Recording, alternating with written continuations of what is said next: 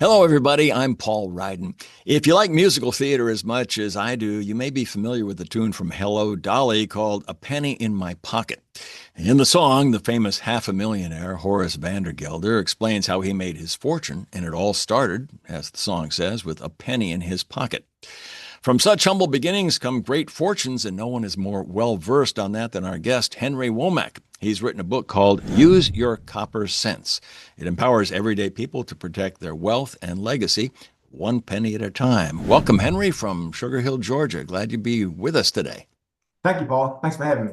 You bet. Last time I heard, the penny was on its way out. They were going to get rid of it. That is true. President Trump, the day after the Super Bowl, ordered the U.S. Mint to start production of the penny because of the cost. But what many people don't realize is that if you have pennies that are 1981 and older, those pennies contain 95% copper. So that makes that copper penny actually worth 3 cents instead of the 1 cent face value that we use it for today. But you can't take that 1 cent and take it into a store and say, this is actually worth 3 cents. That is correct. You cannot do that because of a thing called melt laws. Okay. Once these pens come out of circulation, which they should stop around early next year, at some point the melt laws will change because copper is in such high demand. Yeah, copper is in high demand. That's why you get people stealing copper pipe and Exactly. oh yeah, that's terrible. Well, you maintain that the path to real wealth may start with the little coin that everybody ignores. This guy with the Lincoln on it, the Yeah, penny. that's it. Yep. Everybody else seems to ignore it. I mean, they really don't pay much attention to the thing. That is true. But to that, I would say this, in 2009, they ignored something called Bitcoin that was around a buck or so. And today, history speaks for itself. Hmm. Um, but the copper, because it's in high demand, even though melt laws haven't changed yet, at some point they will. In between time, the copper value and demand was still going to grow.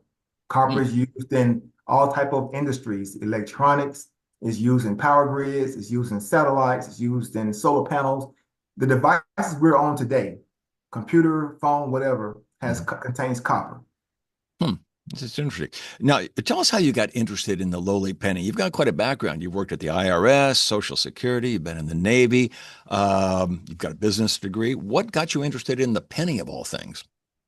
Okay, so growing up, times were pretty tough. I grew up in Birmingham, Alabama, and I lost both my parents in 2013.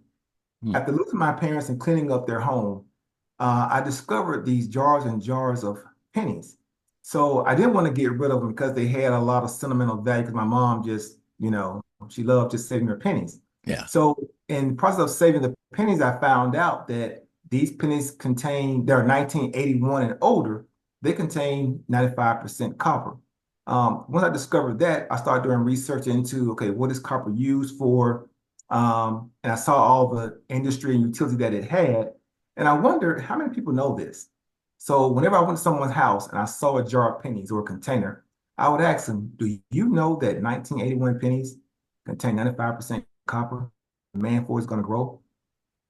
9 times out of 10, they would say, no, I didn't know that. Hmm. So that encouraged me to write the book to educate people and let them know what they hold in their hand. Mhm. Now, you've been described as a truth seeker and a modern day stacker. What truth are you seeking and what are you stacking? The truth that I'm seeking is just true value, things that are undervalued, things that are underappreciated. And I want people to know that you can start where you are as a penny. Now, I am a investor in gold, and I stack silver as well as copper. But those things have premiums tied to them. Okay. The copper penny, there's no premium because you get it at face value for 1 penny. Yeah. Okay. Well, that's easy to do. Well, how does this book compare to other books on financial advice? It teaches people to think for themselves, not to depend 100% on a financial advisor, not to depend on a program, but just to believe in themselves and believe in what they hold really has value. Mhm. They may say, hey, it's just a penny. You're right. But tell it to the guy who sold 2 Bitcoins for a pizza, years ago. Yeah, yeah. You call this a wealth awakening.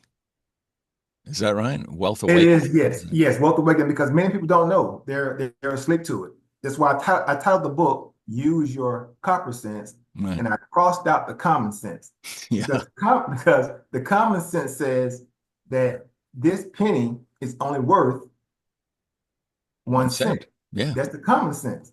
But the copper sense says right now it's worth 3 cents. The copper sense says that once the demand continues to grow, China and other countries are in demand for more copper, then that 3 cent could double to 6 cents, could go to 10 cents, 15 cents, 25 cents. Who knows what it goes to? I don't know. But that's why I say that I'm a truth seeker and I want people to know what they hold. Well, um, I was going to take a look at this penny that I had, just misplaced it. Oh, here it is. Okay, the penny I have is a 19, no, 2021. Worthless. Toss it. That's zinc. Okay. So copper, yeah, that penny that you hold in your hand weighs about 2.5 grams. Okay. A copper penny 1981 is a little bit heavier. You can feel the difference in both. Okay. If you drop them on the table, they Mhm. make different sounds. That 1981 penny is 95% copper. The one now is zinc. Although zinc is used, it's a cheaper metal. Okay. Well, I'm gonna try that out because I've got a whole bunch of pennies in my house. I'm sure that I'll just We go ahead all and do, start. but we all do. Yeah, yeah. I'll start dropping them. Now, this isn't just a book of ideas, but you have some actionable steps that people can take. What are some of those practical steps that people can take besides just dropping a penny in a jar?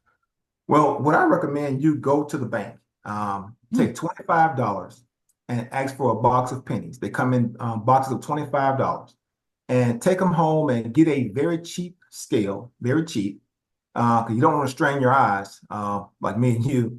And so I will get a cheap scale, just lay it on the scale. If it's 3.11 grams, then it's a copper penny.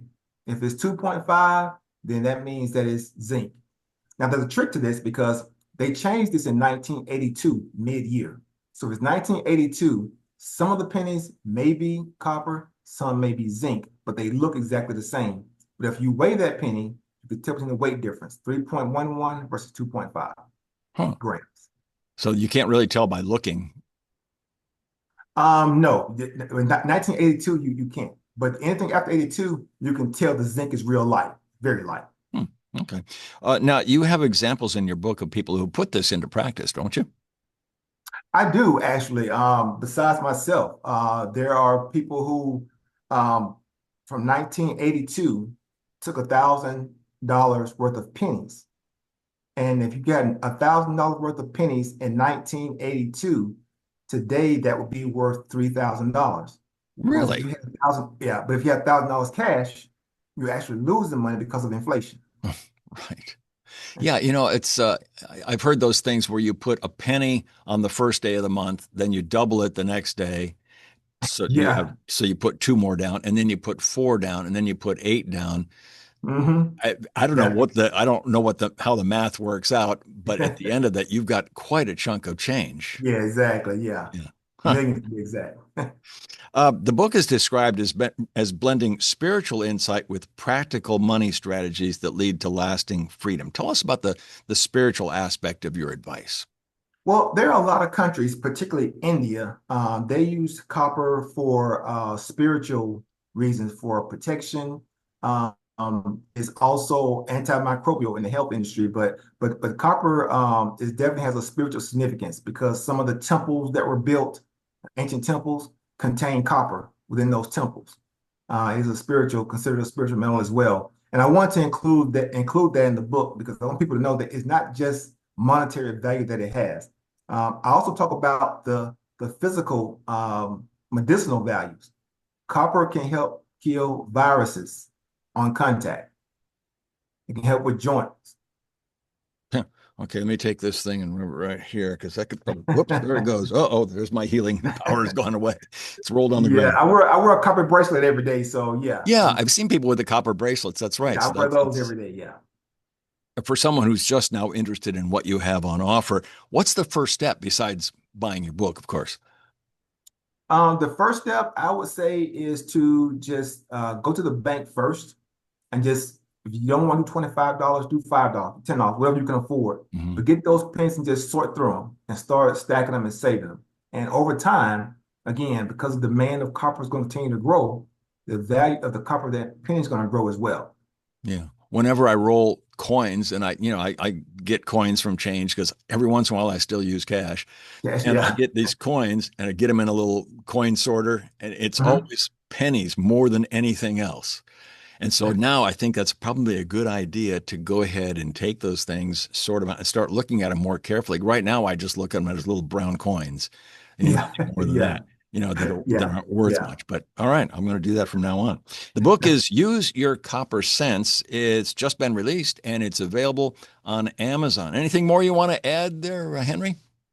I just want people to, believe in yourself, trust yourself. Don't put all of your trust into a financial advisor. I'm not saying don't have one. I'm just Yeah. saying that kind of question the system. Ask why haven't we been taught this before until now? When President Trump ordered that penny to be stopped, that was my green light to write this book for not just myself and my family, but to everyone. How long did it take you to write it?